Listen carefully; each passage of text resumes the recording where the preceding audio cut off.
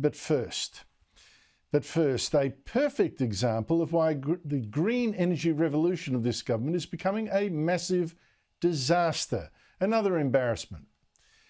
And what this one exposes is what the Voice referendum did too. A Prime Minister who isn't across the details, who is a dreamer, who cannot see the facts in front of his face. Be worried. And by the way, just how much of a dreamer Albanese is, we already saw again last week when he agreed to a deal at the Pacific Islands Forum to let up to 280 people a year come from Tuvalu to live here in Australia as climate refugees, fleeing islands supposedly drowning under rising seas. As a low-lying nation that's particularly impacted its very existence by the threat of climate change. But Albanese was conned, or maybe he's conned himself, because this deal is ridiculous. Reason? Tuvalu is not, in fact, drowning. The most up-to-date study by scientists at Auckland University found there had instead been a net increase in land of more than 73 hectares over the past 40 years. Tuvalu actually got 2.9% bigger despite sea level rise, it said. And that's because waves tend to deposit coral and other sediment on low-lying coral atolls. The evidence is quite clear. But Tuvalu has in fact been playing this drowning island shtick on suckers for years. And I reckon it's because there's big money in it.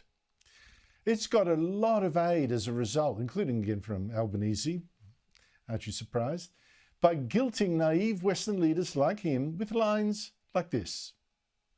The entire population of Tuvalu lives below 2 metres above sea level. I woke this morning and I was crying, and that's not easy for a grown man to admit.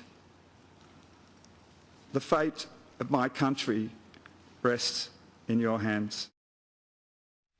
Well, I'm crying that Albanese could be such a sucker. I mean, explain to me why your Prime Minister is taking in climate refugees from islands that are actually growing, not sinking.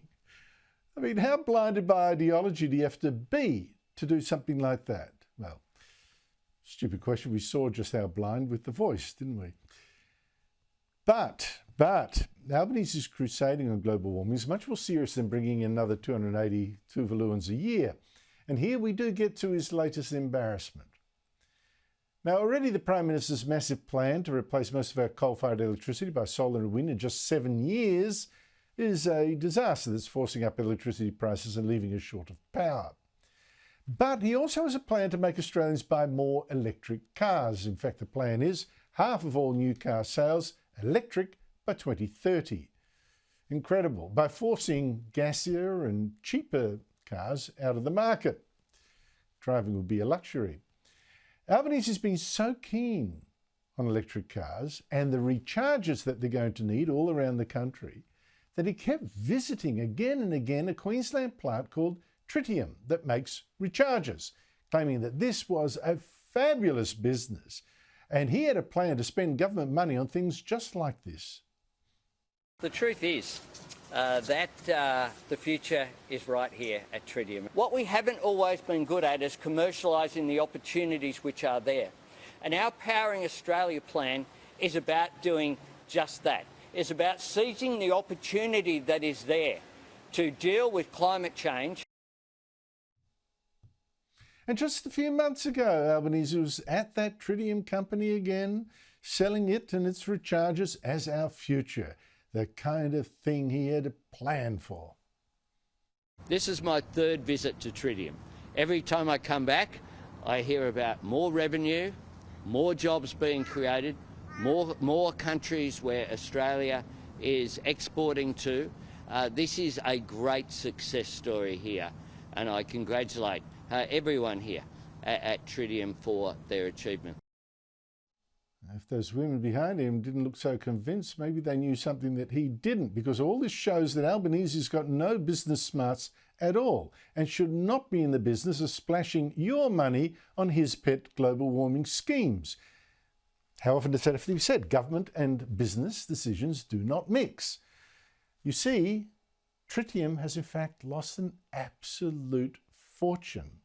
And last week said would have to now close its Brisbane factory, the one he said was our future.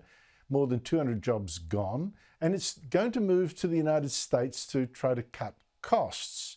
Now analysts say, well, look, this could be a real long shot because Tritium could actually be in a death spiral. Shares have sunk from $10 US to just 24 cents.